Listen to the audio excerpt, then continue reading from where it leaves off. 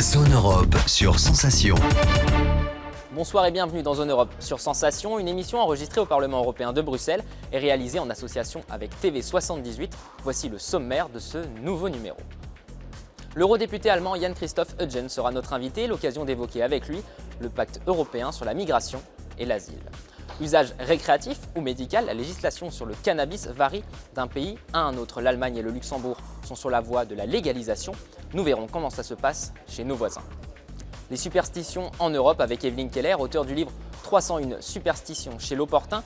On s'intéressera cette semaine aux échelles. Mais tout de suite, que fait l'Europe dans notre quotidien? Alberto Bellivaca, chargé de mission Europe Direct Seine-et-Marne, nous parle du 112, le numéro d'urgence européen.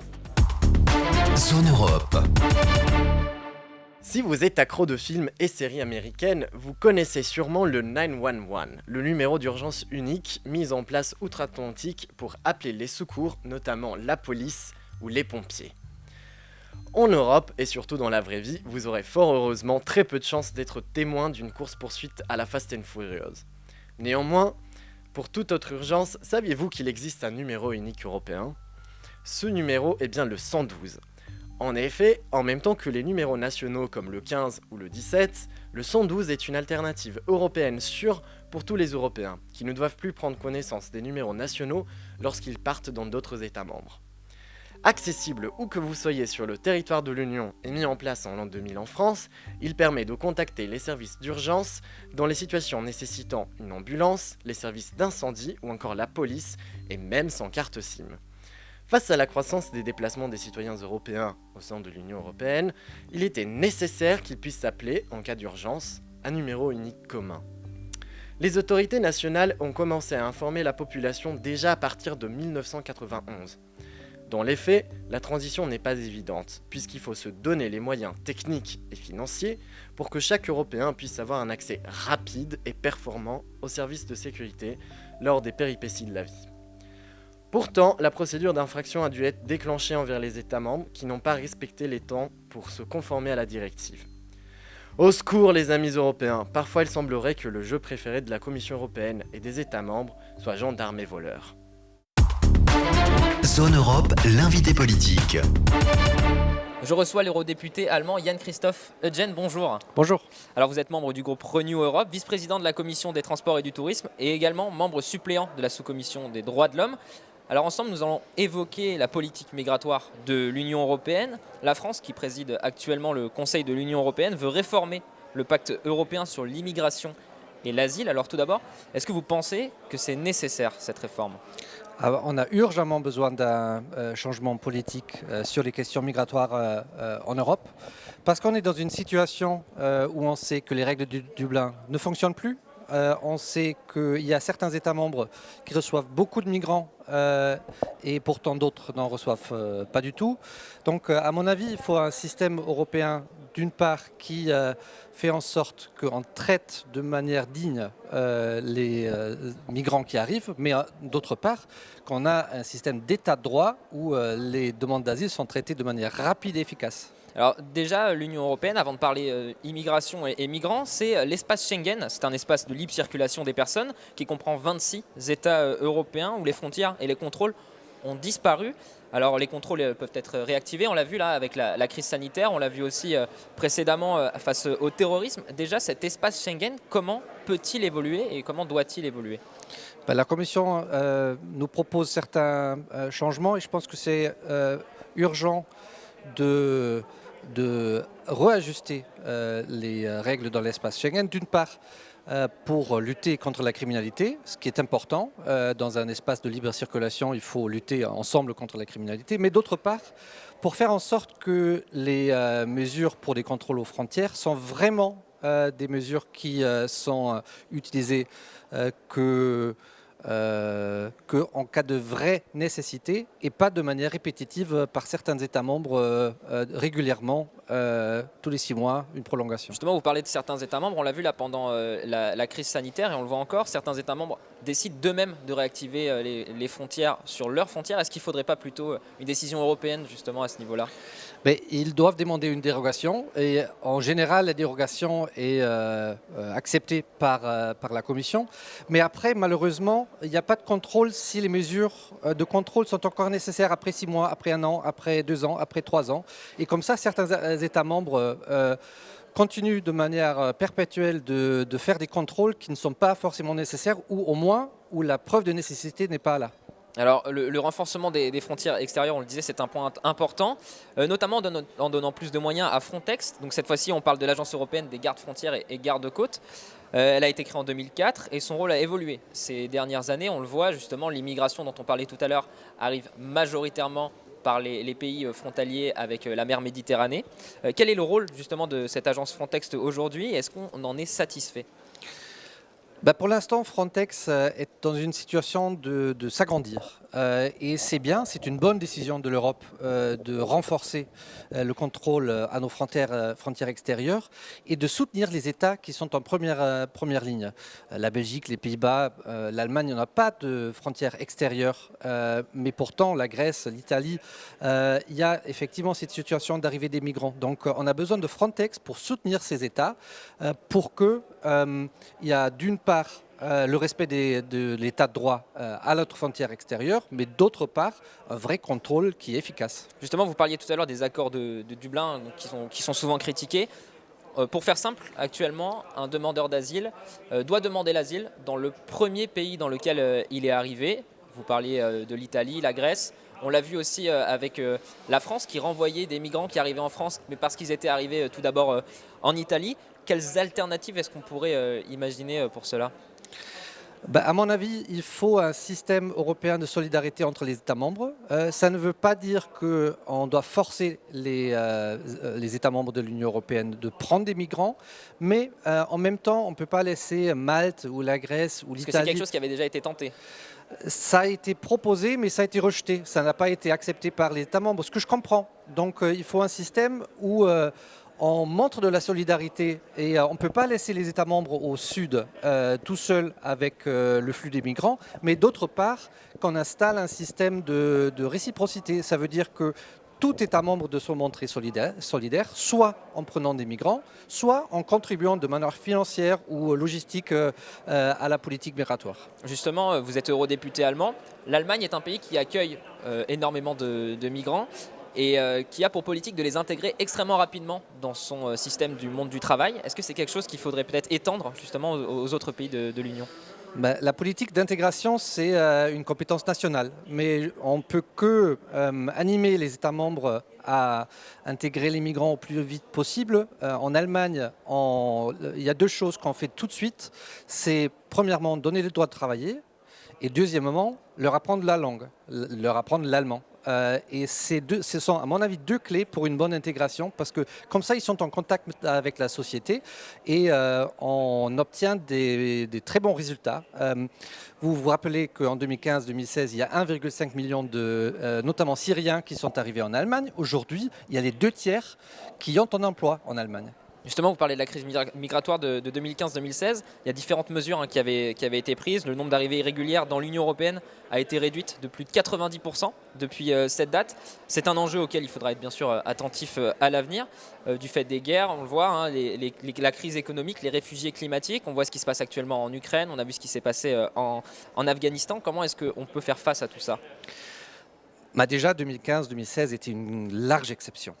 Ça ne s'est pas produit avant et ça ne s'est pas reproduit depuis. En plus, on a la crise du Covid. Donc, on est dans une situation avec une relative baisse, un très petit nombre d'arrivées de migrants en Europe. Donc, c'est le moment, à mon avis, pour réformer de fond en comble les règles qu'on a en Europe pour se préparer à une éventuelle augmentation des migrants. Mais pour l'instant, on ne la voit pas, cette arrivée de migrants. Et il faut de toute façon travailler avec les États voisins des zones de crise pour aider les migrants, pour leur donner une aide au plus proche possible de leur patrie. Et comment est-ce que vous pensez qu'on peut harmoniser tout ça au niveau européen ? Parce que vous le disiez tout à l'heure, c'est quand même pas la même façon de vivre dans le nord de l'Europe que dans le sud de l'Europe. Les pays du nord de l'Europe sont majoritairement plus riches que les pays du Sud. Est-ce que c'est si facile que ça finalement d'harmoniser ? À mon avis, on doit avoir une harmonisation des règles. Ce n'est pas possible, à mon avis, que le même migrant a une chance de plus de 90% d'être accepté dans un pays et moins de 10% dans un autre pays. Ce n'est pas possible, donc il faut harmoniser les règles pour les demandeurs d'asile. Et après, on a des règles européennes pour le logement des demandeurs d'asile, sur les procédures. Tout ça, c'est déjà en place, mais ce n'est pas mis en œuvre correctement dans tous les États membres. Donc il faut avoir des outils de contrôle plus pertinents, à mon avis. Et est-ce que l'Europe ne devrait pas finalement investir dans ces pays-là, dans les pays d'origine de certains candidats au départ, pour mieux gérer les flux migratoires ? Parce que certains ne partent pas que pour des envies personnelles, c'est aussi des raisons de guerre, on le disait, la crise climatique dont on parle énormément. On parle de millions de migrants qui pourraient partir de leur pays. Est-ce qu'il ne faudrait pas aider ces pays directement plutôt ? Je suis complètement d'accord qu'il faut aider ces pays à avoir des investissements dans l'avenir, dans l'éducation, parce que tout ça, c'est les clés pour que les gens trouvent un meilleur avenir proche de chez eux, dans leur pays. Mais néanmoins, on ne peut pas prévenir ou on ne peut pas prévoir s'il y a une guerre ou pas. Et s'il y a une guerre, il y a des migrants qui arrivent. Donc il faut travailler avec les organisations internationales comme le Haut-Commissaire des migrants des Nations Unies pour mieux gérer proche des pays de conflit. Mais on voit aussi que dans les pays d'origine, ceux qui viennent, ce n'est pas les agriculteurs qui fuient parce qu'il y a le changement climatique. Non, c'est les personnes éduquées, la classe moyenne qui est plutôt fuite éduquée. des cerveaux, comme on dit ? Oui, il y a la fuite des cerveaux qui va vers l'Europe. Et ils demandent de l'asile parce qu'on n'a pas d'autres moyens d'entrer en Europe, parce qu'on n'a pas de système d'entrée à notre marché de travail. Donc il faut travailler avec ces pays pour trouver des solutions pour qu'il n'y ait pas ce brain drain, mais que d'autre part, ils profitent d'investissements européens par ailleurs. Très bien, merci beaucoup Yann-Christophe Hedgel d'avoir été avec nous. Je rappelle que vous êtes eurodéputé, membre du groupe Renew Europe, vice-président de la Commission des Transports et du Tourisme et membre suppléant de la sous-commission des droits de l'homme. Zone Europe chez nos voisins. Et chez nos voisins, ça se passe comment ? C'est notre rubrique en partenariat avec HEJ, l'Institut des hautes études de journalisme de Montpellier. Cette semaine, la législation autour du cannabis avec Toumir Champetier. Et chez nos voisins, ça se passe comment, le cannabis ? En France, nous connaissons bien le sujet, étant le premier pays consommateur de cannabis en Europe. Pourtant, si on jette un œil à cette carte, de nombreux pays frontaliers sont beaucoup moins répressifs en matière de cannabis récréatif. Aux Pays-Bas, depuis 1976, des cafés proposant cette drogue douce sont ouverts pour faire face au trafic et casser les réseaux clandestins. Beaucoup plus récemment, c'est l'Espagne qui a dépénalisé la consommation mais pas légalisé, interdisant la possession et la consommation sur l'espace public, passible d'une amende allant de 300 à 1000 euros. En Italie, en 2007, la marijuana médicale a été légalisée lorsque le gouvernement a reconnu les bienfaits du THC pour usage médical. Aujourd'hui, il est dépénalisé, la possession et la vente ne sont pas légales dans le pays. Très récemment, c'est le Luxembourg qui a été le premier pays de l'Union européenne à légaliser l'usage du cannabis récréatif contenant du THC et prévoit une loi qui devrait être votée d'ici fin 2022 autorisant la consommation et la culture dans la sphère privée. En France, il est illégal de consommer, de vendre ou de posséder du cannabis contenant du THC, mais un flou juridique permet la vente et la consommation de chanvre dit CBD. C'est un dérivé de la plante avec de très faibles taux de THC, la substance psychoactive du stupéfiant. Sans ces substances, le cannabis n'est donc pas considéré comme dangereux, même s'il n'est pas censé être consommé par inhalation. Zone Europe Voyage. On en vient maintenant à notre rubrique « Voyager dans l'assiette ». Cette semaine, le terroir des Alpes est à l'honneur. Anthony Trézy, le chef du restaurant La Croix Blanche au Jet, nous dévoile sa recette de la croûte au fromage. Bien, bonjour à tous, moi je me présente, je m'appelle Trézy Anthony, je suis chef du restaurant La Croix Blanche au Jet. Donc on est sur un restaurant typé montagne sur les pistes. Donc d'où l'idée de la recette d'aujourd'hui où on va faire une croûte au fromage. Donc on est vraiment sur un produit réconfortant, sur un plat réconfortant sorti de piste, où on aura donc l'élément principal qui sera le pain, le fromage, du vin blanc, de la moutarde, des oignons, des cornichons, de l'ail, des lardons fumés et pour y finir un œuf. Ok, alors tout d'abord on va commencer par éplucher l'oignon.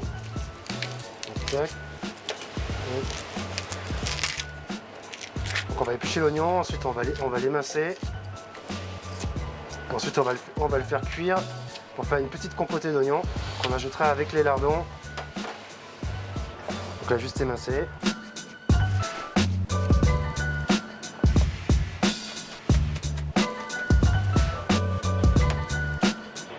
Alors dans une petite casserole, on va y mettre un petit peu de beurre. Ensuite on va y ajouter les oignons, on va les faire cuire tout doucement pour avoir une belle coloration. Après dedans on ajoutera le lard pour avoir le goût du lard fumé à l'intérieur.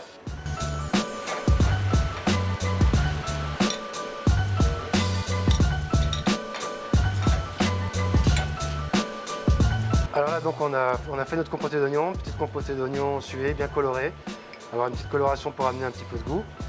Donc ensuite on va mélanger les ingrédients. Donc on a nos oignons, on a nos lardons fumés qu'on a fait juste sauter avec un petit peu de beurre.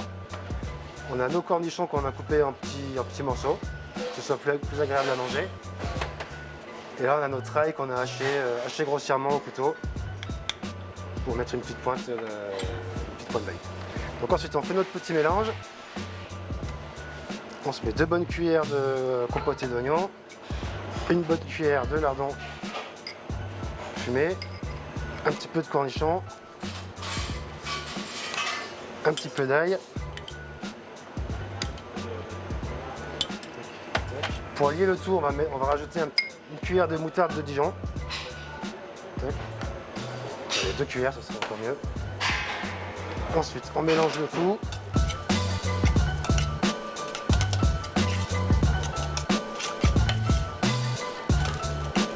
Et voilà, on a notre petit mélange qui est prêt à l'utilisation. Donc ensuite, on a notre pain. De préférence, il faut avoir un gros pain, un pain type pain bûcheron. Donc ça va voir avec votre boulanger, vous pouvez demander un gros pain, c'est toujours mieux. On va venir tailler une grosse tranche de pain.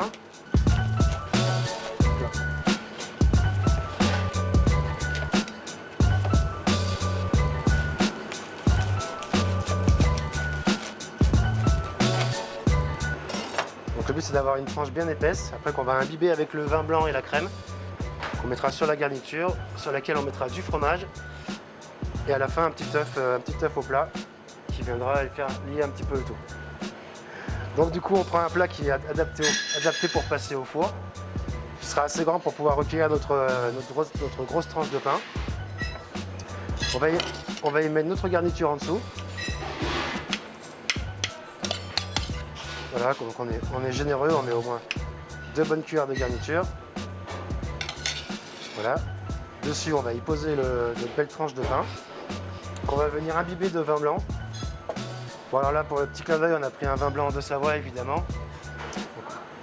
Le tout, c'est d'avoir un vin blanc sec, surtout pas un vin blanc sucré. Le côté sec du vin blanc va casser le côté gras du fromage, va amener un petit peu d'acidité, qui fera qu'on sentira un petit peu moins le gras, un peu comme une fondue. Alors, du coup, on va venir imbiber le pain en vin blanc. Généreusement, il faut qu'il soit bien imbibé. Voilà. Dessus, on va venir y mettre un petit peu de crème liquide. Pareil, généreux. Il faut quand même être assez généreux. Et donc, on va finir avec le fromage. Donc, fromage à fondu. Donc, fromage à fondu, on est pareil. On y va généreusement, on met deux grosses poignées de fromage. Donc on va venir mettre un petit tour de moulin à poivre pour finir. Et voilà. Du coup, c'est prêt à enfourner maintenant. Alors pendant qu'on a enfourné la croûte, donc 210 degrés pendant 10 minutes, pendant ce temps-là, on a le temps de se faire un petit œuf au plat qui ira dessus à la fin. Donc on se casse l'œuf dans un petit bol, c'est mieux. Et on la laisse cuire tout doucement. Dans une petite poêle, c'est mieux. Ok, donc là c'est prêt, c'est cuit. Donc voilà, on a une belle coloration, c'est bien gratiné. Le fromage a fondu. Voilà, on n'aura plus qu'à rajouter un œuf dessus pour amener un petit peu de gourmandise. Donc là la croûte est sortie, elle est bien gratinée. Maintenant il ne reste plus qu'à rajouter notre petit œuf au plat dessus.